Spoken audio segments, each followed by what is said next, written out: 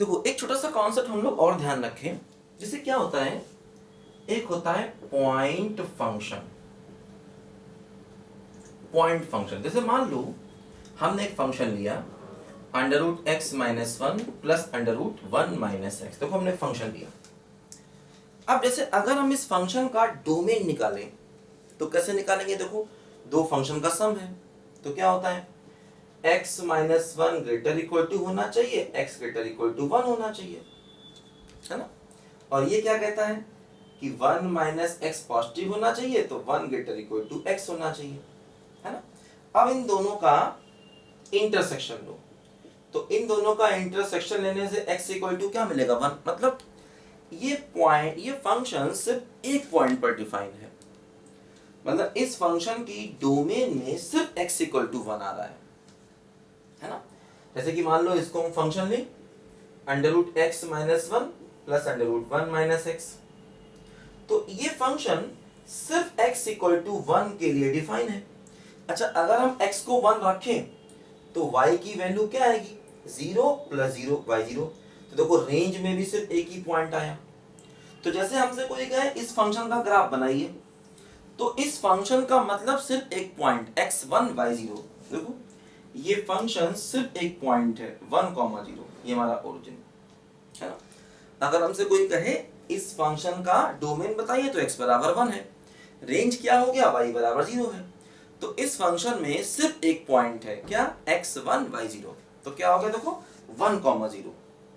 तो ये जो पॉइंट, अब इसको बोलते हैं पॉइंट फंक्शन। मतलब है तो ये एक फंक्शन, लेकिन बेसिकली निकला वो एक पॉइंट। स्टार्टिंग में लग रहा था एक फंक्शन होगा, लेकिन जब उसकी हम बेसिक में गए तो वो सिर्फ एक पॉइंट निकला। तो ऐसे को हम बोलते हैं पॉइंट फंक्शन। ध्यान देना, पॉइंट फंक्शन डिसकंटिन्यूअस होगा। जैसे हमसे कहे कि x बराबर 1 पर ये फंक्शन क्या होगा, तो हम कहेंगे कि x बराबर 1 पर ये फंक्शन डिसकंटिन्यूअस होगा, है ना। तो मतलब अगर कोई पॉइंट फंक्शन है, वो सिर्फ एक पॉइंट पर डिफाइन है, तो उस पॉइंट पर भी उसको हम डिसकंटिन्यूअस ही कहेंगे। ध्यान दो, जैसे मान लो अगर हम एक क्वेश्चन लें f(x) equal to sine inverse of 1 + x²। मान लो हम ये क्वेश्चन लें साइन इनवर्स 1 पर x²। अब हमसे कहा जाए कि इस फंक्शन का डोमेन निकालिए, तो साइन इनवर्स के आगे का टर्म क्या होता है बोलो? ये होता है -1 और 1 के बीच में, है ना। अब अगर हम x² को देखें तो क्या होगा? -2 से लेकर के 0 तक, है ना। अब x² नेगेटिव तो होता नहीं है, लेकिन हाँ x² 0 हो सकता है। तो इसका मतलब x² सिर्फ 0 हो सकता है, तो x की वैल्यू सिर्फ 0 हो सकती है ना। क्योंकि देखो x² -2 और 0 के बीच में, 0 पर इक्वल भी है। लेकिन अब x² नेगेटिव तो होता नहीं, लेकिन हाँ x² 0 हो सकता है, तो x बराबर 0 हो गया। ये x बराबर 0 अगर हम इसमें रख दें, x बराबर 0 अगर हम इसमें रख दें तो साइन इनवर्स 1 आएगा, मतलब π/2। तो मतलब y की वैल्यू क्या आ गई बोलो? π/2 आ गई, है ना। तो इसका मतलब ये फंक्शन x बराबर 0 और y इक्वल टू π/2 पर डिफाइन है, बस, है ना।